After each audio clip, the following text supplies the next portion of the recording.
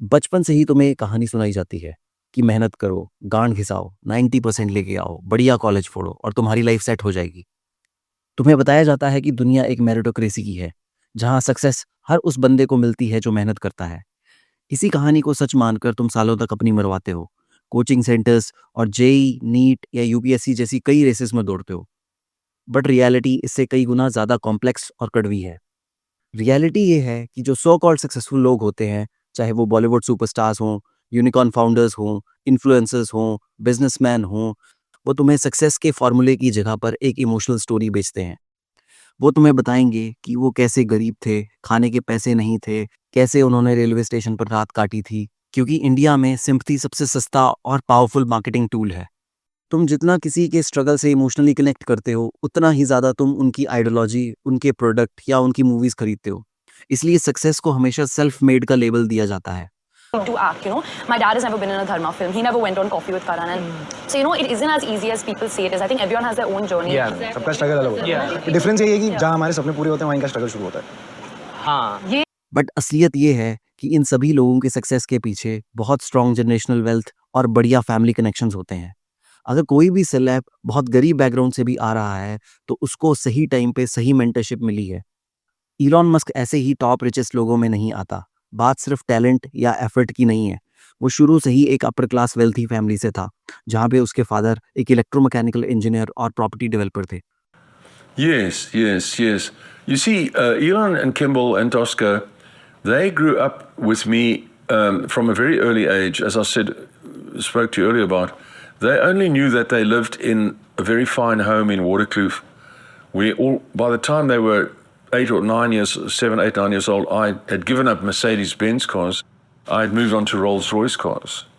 So they only rode in Rolls-Royce cars, if you understand. They knew that if you wanted to go somewhere, you got into a twin-engined aeroplane that belonged to you, and you flew there, and then you landed on your airstrip, and you went to your lodge. Shahrukh Khan कहते तो हैं कि मुंबई आते वक्त उनके पास कुछ भी पैसा नहीं था। फर्स्ट टाइम यहाँ पर आया था तो मेरे पास वापस जाने के पैसे नहीं थे। मैं सड़क पे सोता सीखा। हाँ, मेरे फादर जो थे, हम बहुत लोअर मिडिल क्लास लोग थे, तो वो एक छोटा सा वहाँ मेस था, कैंटीन चलाते थे। पर सच ये है कि उनके फादर मीर ताज मोहम्मद एक well connected businessman and political figure थे, और उनकी मदर लतीफ़ फातिमा ऑक्सफोर्ड ग्रेजुएट और मैजिस्ट्रेट रह चुकी थी। चाहे बिल गेट्स को ले लो, ज़करबर्ग को ले लो या डोनाल्ड ट्रंप को ले लो, या किसी भी सक्सेसफुल बंदे को तुम ले लो, सभी के सभी upper middle class, upper class background से निकल करके आए हैं। इन्होंने जीरो से स्टार्ट नहीं किया। इनकी रेस 70 मीटर मार्क से ही शुरू हुई थी, जब तुम सिर्फ स्टार्टिंग लाइन पे ही अपने फीते बांध रहे थे। सच ये है कि सक्सेस कभी भी सिर्फ एक एफर्ट या हार्डवर्क पर डिपेंड नहीं करती। एक बिलियनर हो या एक लेबरर हो, दोनों के पास सिर्फ 24 घंटे हैं। उसमें से भी 8 घंटे की नींद, नहाना धोना, सोना उठना, हगना मूतना, एक्सरसाइज करना, ये सब मिलाकर तुम्हारे 12 घंटे निकल जाते हैं। ले दे करके कोई भी इंसान 8 से 10 घंटे की मैक्सिमम पीक प्रोडक्टिविटी निकाल सकता है एक दिन में। तो एक बिलियनर तुमसे 1000 गुना ज़्यादा रिच है, तो इसका मतलब ये नहीं है कि तुमसे वो 1000 गुना ज़्यादा एफर्ट डाल रहा है या तुमसे ज़्यादा कैपेबल है। वो सिर्फ एक मल्टी वेरिएबल इक्वेशन का विनर है, जिसमें कि मैक्सिमम वेरिएबल्स ने उसके फेवर में काम किया है। तुम किस देश में पैदा होते हो, किस फैमिली में पैदा होते हो, तुम्हारा फाइनेंशियल बैकग्राउंड कैसा है, जेनेटिक्स कैसे मिले हैं, इन चीज़ों में तुम्हारा ज़ीरो कंट्रोल है। बट ये सभी चीज़ें डिसाइड करती हैं कि तुम्हारी लाइफ की ट्रेजेक्टरी कैसी होगी। इंडिया जैसे 145 करोड़ की पॉपुलेशन वाले देश में फेलियर एक स्टैटिस्टिकल रियलिटी है। चाहे तुम कोई भी रेस ले लो, चाहे आईआईटी ले लो, यूपीएससी ले लो, हर रेस में, हर कॉम्पिटिटिव एग्जाम में लाखों स्टूडेंट्स भाग रहे हैं। तुम्हारी रैंक सिर्फ इस बात पे डिपेंड नहीं करती कि तुमने कितना एफर्ट मारा है। यहाँ तुम्हारा आईक्यू कितना है, मेंटल हेल्थ कैसी है, एग्जाम वाले दिन तुम्हारी फिजिकल और इमोशनल कंडीशन कैसी है, तुम्हें मेंटरशिप कैसी मिलती है, तुम्हारी फाइनेंशियल परिस्थितियाँ कैसी हैं, पेरेंट्स के साथ तुम्हारा इंटरपर्सनल रिलेशनशिप कैसा है, कितने स्टूडेंट्स एग्जाम में अपीयर हो रहे हैं, एग्जाम का लेवल कैसा है, तुम्हारे वीक सब्जेक्ट से कितने क्वेश्चंस पूछे जा रहे हैं, तुम्हारे स्ट्रॉन्ग सब्जेक्ट से कितने क्वेश्चंस पूछे जा रहे हैं। ये सभी फैक्टर्स डिसाइड करते हैं कि तुम्हारी रैंक कितनी होगी, तुम्हारा इंटरव्यू निकल पाएगा या नहीं निकल पाएगा, तुम्हें जॉब मिल पाएगी या नहीं मिल पाएगी, तुम्हें एक अच्छा कॉलेज मिल सकता है या नहीं मिल सकता है।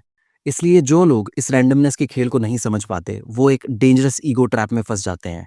जब भी ऐसे लोगों को सक्सेस मिलती है, तो वो उसका पूरा क्रेडिट खुद ले लेते हैं। वो खुद को ज़्यादा कैपेबल और टैलेंटेड और दूसरों को चूतिया समझते हैं। इससे प्रॉब्लम ये होती है कि ऐसे लोगों की पूरी सेल्फ वर्थ उनकी अचीवमेंट से अटैच हो जाती हैं, और जब भी लाइफ उनको डंडा चढ़ाती है तो उनसे वो रिजेक्शंस या फेलियर्स हैंडल नहीं होते, और इन सब का रिजल्ट ये निकलता है कि वो पूरा का पूरा ब्लेम या तो भगवान पर डाल देते हैं या फिर डिप्रेशन में चले जाते हैं। रंगीला की सुन ली, मेरी कभी मत सुनना। हिंदुस्तान के 111 करोड़ की आबादी में एक मैं ही दिखता हूं आपको। अरे दुनिया की इतनी सारी गाड़ियों में एक मेरी गाड़ी दिखती है आपको। अरे दुनिया की इतनी सारी लड़कियों में एक मेरी लड़की दिखती है, आलिया। क्यों? अरे क्या प्रॉब्लम क्या है आपको मेरे साथ? कब छोड़ोगे मुझे अकेला? तो इसका मतलब ये है कि तुमको हार मान लेनी चाहिए और सब कुछ तुमको जो है लक पे छोड़ देना चाहिए? बिल्कुल नहीं। एक्शन या एफर्ट वो सबसे इंपॉर्टेंट इंग्रेडिएंट है जिसके बिना किसी भी गोल को अचीव करने की प्रोबेबिलिटी 0 हो जाती है। जो बंदा 10 करोड़ की लॉटरी भी जीत रहा है, उसने कम से कम टिकट खरीदने का एफर्ट तो किया ही है। अगर एक्शन को तुम 100 के स्केल पे रेट करो तो भले ही उसका एफर्ट 0.1% है, बट 0 नहीं है। तुम्हारे एक्शंस तुम्हें उस कमरे तक लेकर जाते हैं जहां लक का ड्रॉ निकलने वाला है। अगर तुम एफर्ट नहीं करोगे तो तुम उस लॉटरी रूम तक कभी भी एंटर नहीं कर पाओगे। इसलिए मेहनत करो, रगड़े खाओ, अपने स्किल्स को और पॉलिश करो, पर ये एक्सपेक्टेशंस छोड़ दो कि रिजल्ट हमेशा तुम्हें तुम्हारे प्लान के हिसाब से मिलेगा। सक्सेस एक रैंडम इवेंट है जो एफर्ट और बहुत सारे लक के ऊपर डिपेंड करती है। जिस दिन तुम रिजल्ट से अपनी सेल्फ वर्थ चिपकाना बंद कर दोगे और सिर्फ प्रोसेस पे फोकस करोगे, उस दिन तुम लाइफ की सभी रैट रेसेस से फ्री हो जाओगे और तुम अपने उस ईगो से भी फ्री हो जाओगे जो तुम्हें सक्सेस फेलियर्स के लूप होल में फंसा के रखती है। कि कर्म के बिना तो जीवन संभव ही नहीं। कुछ तो करोगे ही, या भोजन करोगे या नहीं करोगे, या भूखे को भोजन करवाओगे या नहीं करवाओगे, या युद्ध करोगे या नहीं करोगे। तुम्हारे पास तो केवल यही विकल्प है कि तुम क्या करो या क्या ना करो। परंतु परिणाम तुम्हारे वश में नहीं है पार्थ। कर्म फल तुम्हारे वश में नहीं है। तुम्हारे अधिकार की सीमा इस विकल्प पर समाप्त हो जाती है कि तुम युद्ध करोगे या नहीं करोगे, किंतु युद्ध का परिणाम तुम्हारे हाथ में नहीं है। यदि तुम विजय चाहो भी तो यह आवश्यक नहीं कि विजय तुम्हारी ही हो जाए, तुम्हारी पराजय भी हो सकती है। किंतु यदि तुम विजय से मोहित नहीं होगे तो पराजय से भी नहीं घबराओगे।